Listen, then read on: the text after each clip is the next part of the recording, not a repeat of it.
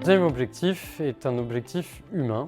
On souhaite s'engager vis-à-vis de nos collaborateurs pour que nous allions tous ensemble dans une direction où la qualité de vie au travail est le maître mot. Qu'est-ce que ça signifie? Donc la première chose que j'ai souhaité faire en reprenant la direction générale d'OBM, c'est ouvrir le capital à l'ensemble des collaborateurs. Donc on a permis à chacun de pouvoir acheter des parts d'OBM et chaque année on renouvelle l'aventure pour élargir le pool d'actionnaires pour que chacun se sente de plus en plus engagé sur le projet et puisse participer à l'aventure de manière très concrète et financière également. Ce qui signifie effectivement qu'aujourd'hui un collaborateur OBM qui est actionnaire, il travaille pour développer aussi son capital. Le deuxième point sur la qualité de vie au travail, c'est on voit qu'on est dans des temps assez compliqués sur le recrutement. On a souhaité fidéliser au maximum nos collaborateurs, limiter le turnover. On voit aujourd'hui qu'on a une ancienneté assez longue. Bon, on a beaucoup de renouvellement quand même avec une équipe assez jeune qui est arrivée, mais le turnover reste assez faible.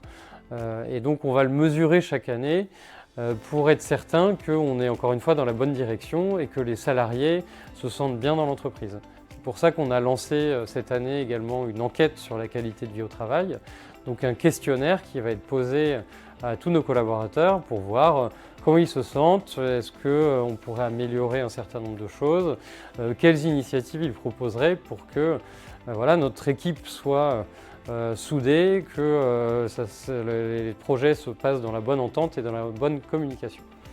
Le dernier point, ça va être effectivement d'avoir des temps de passage réguliers avec nos collaborateurs. On a le classique entretien annuel chaque année, mais on va essayer en 2024 d'être un peu plus présent et de renforcer les liens managériaux entre les différents échelons de l'encadrement pour qu'à tout moment on puisse un peu sentir au sein des équipes si l'ambiance est bonne, si notre collaborateur est épanoui et si effectivement on travaille de la manière la plus efficace. Également, pour limiter le turnover, on va aussi avoir un suivi de carrière de nos collaborateurs avec un plan de gestion des compétences qui va être mis en place à partir de l'année 2024. Ensuite, on est dans le monde du bâtiment, qui est un monde très masculin. Malgré tout, on essaye d'avoir un pourcentage le plus équilibré possible. Aujourd'hui, on est à près de 25% de femmes dans les équipes. Et donc, on pousse justement pour qu'il y ait cette équité et pour qu'on ait des femmes conductrices de travaux, chefs de projet, à tous les postes.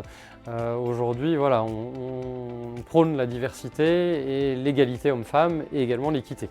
Donc encore une fois, l'humain est au cœur du dispositif et on sait qu'en étant motivé, mobilisé et engagé, les collaborateurs resteront dans l'entreprise et auront envie de donner corps à cette mission et de progresser dans la même direction.